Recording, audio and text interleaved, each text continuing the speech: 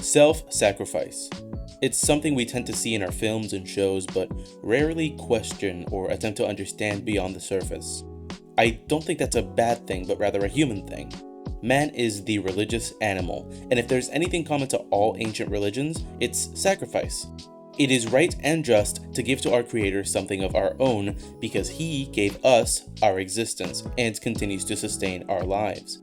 Indeed, sacrifice is built into us as a fact of life. You don't even have to be Christian to acknowledge this. We give up our time and energy to help our families, we steel ourselves to be strong for our friends, and we don't denigrate people for sacrificing themselves for the sake of others, but rather, we commend them. Again, sacrifice is tied up with our very existence. If you're a parent or maybe you have a younger relative, gun to your head, would you allow danger to befall them? I'm willing to bet that most of you would rather the gunman pull the trigger than allow anything to happen to your loved ones. Given this, it makes sense that we insert sacrifice into the stories we tell. It's real, it's raw, it's unfiltered, and it hits at the core of who we are. And in recent media, few characters embody a virtuous, self-sacrificial attitude like Boruto Uzumaki.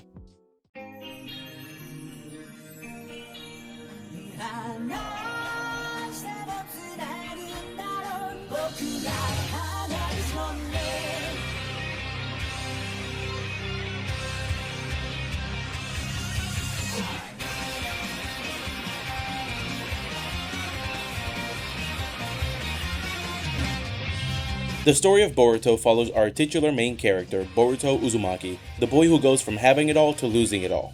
After having matured and having learned to do things the right way, Boruto begins to live a significantly more virtuous life. Alongside mentoring people and teaching his adoptive brother Kawaki the value of hard work, he also develops a self-sacrificial disposition. This doesn't come out of nowhere, of course.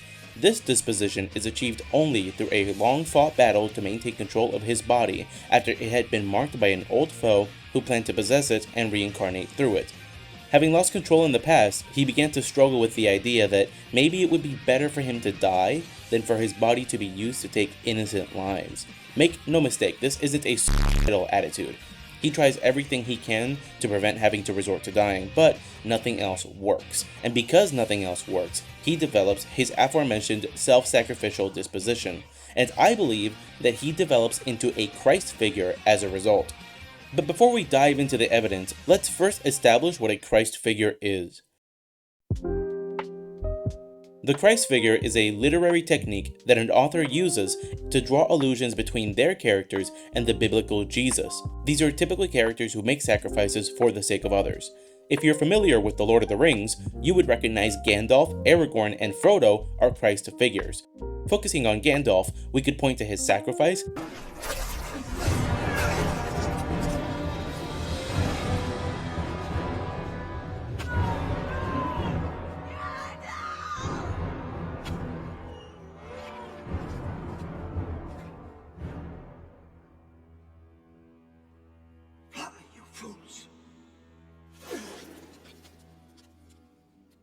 his descent into the depths in which he battles the Balrog,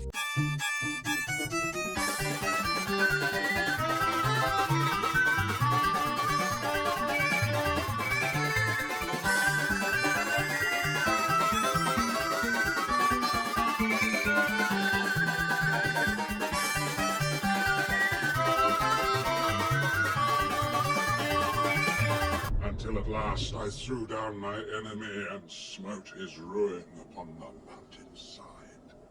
and his coming back to life as evidence for his status as a Christ figure. Show yourself!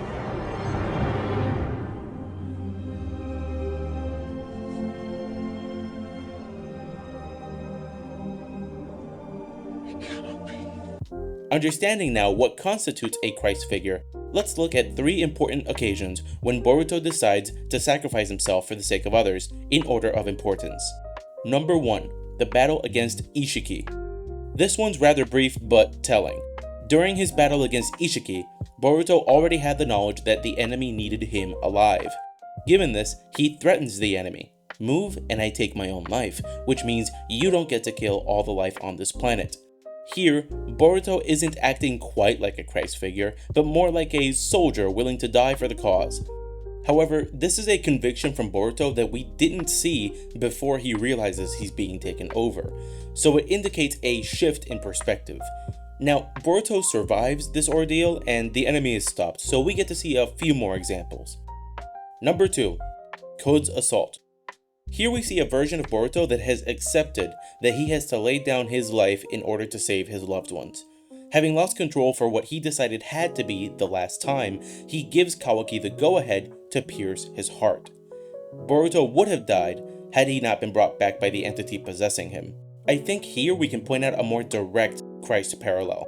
The sacrifice he's willing to make here is less duty-driven and more so motivated by love and a sense of purpose. Number 3. The Hidden Mist Civil War. This one is anime canon, so take it as you will, but anime canon is still technically canon, so we're going to talk about it, and I'll be using visuals to highlight similarities between this and The Passion. Since most of you probably haven't seen this arc, I'll summarize it. The Hidden Mist Village has been modernizing at a rapid pace. This also means they've been stabilizing the waves so that the water is less hostile to vessels traveling in the area. Though this benefits tourism, it comes at the cost of gutting the fishing industry due to the massive change in the conditions of the ecosystem, which causes fish to migrate, which in the mist is a big deal. At the same time, an old pirate clan rises to power and many citizens join up with them to fight against the mist and its modernization. Boruto and his teammates were on a trip to the mist and they got caught in the conflict. When the war reaches its peak, Boruto meets with the head of the pirates to negotiate for peace. The pirates give Boruto one option: bring them the head of the mist's leader, Chojuro, the Mizukage. Boruto counters with his own offer: let Chojuro live, stop this war, and kill me instead. He says the following: even if I'm scared of dying, but I'm not the only one who's scared. Everyone who has died in the war was probably scared. In order to stop this completely, someone has to take on all this pain. He then tells his companions, don't seek revenge out of the sadness caused by the deaths of your friends. Boruto is then beaten in front of his loved ones before walking to his execution site, entrusting things to his friends, and awaiting his death. You might think that this is all one big stretch, that the whole thing is just an exercise in legitimizing my interest in Boruto. I mean, clearly, the author isn't intentionally drawing parallels between Boruto and Jesus. Sure, you're right. Whatever parallels are there are unintentional. But there are parallels. This takes us to what we established at the beginning and what the whole point of the video really is. Jesus Christ and his redemptive sacrifice are built into our very being, so much so that we incorporate his passion into the stories we tell, whether we want to or not. There's something in us that can't help but admire a selfless, loving, sacrificial act, and this inner drive is so powerful that it outright recreates the passion of our Lord in the stories we create, even if we're not consciously aware of it. So whether intentionally or not, Boruto Uzumaki, as he's been written, is a Christ figure. We can only hope that Kishimoto, the author, continues to write him as such. This has been the 4th episode of Piercing, my commentary on media from a Catholic point of view. Like the video, subscribe, ring the bell, you know the drill. If you want to hang out with Catholics like me, even if you're not quite Catholic yourself, check out the Catholic Diocese of Discord and tell them I sent you. Thanks for watching, and I hope you have a blessed rest of your day.